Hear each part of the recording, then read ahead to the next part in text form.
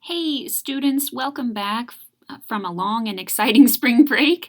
I want to do this quick little recap video just to go over some things and get up to speed since it was a doubly long break before launching into completing the syntax chapter where we left off and then getting into our midterm review, which will follow that.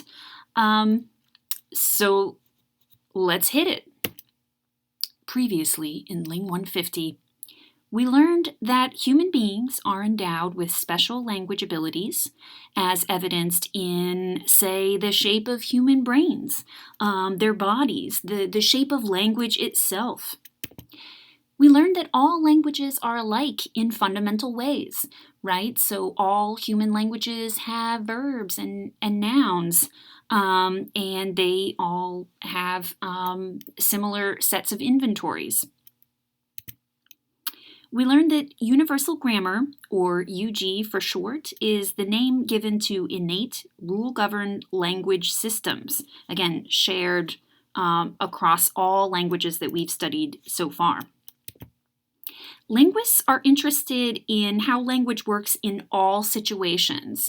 This is the purview of descriptive grammar as opposed to prescriptive grammar. Prescriptive rules convey convention, style, formal language preferences, whereas descriptive rules are based on speaker intuitions about correctness. So for example, a prescriptive English rule might be never end a sentence with a preposition. Again, a rule that pertains to, say, formal writing conventions, but is in fact not a hard and fast rule of spoken, natural, everyday English. On the other hand, a descriptive English rule that is known to linguists has to do with syntactic properties of verbs. So, for example, the verb put has to take both a direct object and a prepositional phrase, or it fails to be grammatical, right? So you can't just say, I put the toilet paper. We learned that language is always changing. So, for example, the way our grandparents spoke or speak is different than how we speak today. And sure enough, one day a future generation will remark on how old and outdated we sound. Yay. And we were nearly finished talking about the building blocks of language, starting from small to larger units. So phonetics, we learned, is the grammar of the sound system, specifically the inventory, how sounds are articulated, and properties of the acoustic system to some extent. Phonology is closely related to phonetics. It is the grammar component that dictates how all of those phonetic parts are ordered and arranged, put together.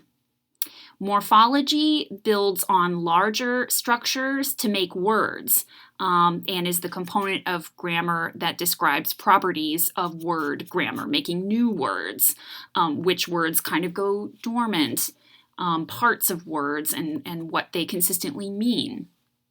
Syntax, which is where we left off, is the component of grammar that deals with sentence properties. So we were almost finished with that. We have learned that semantics covers properties of meaning, discourse.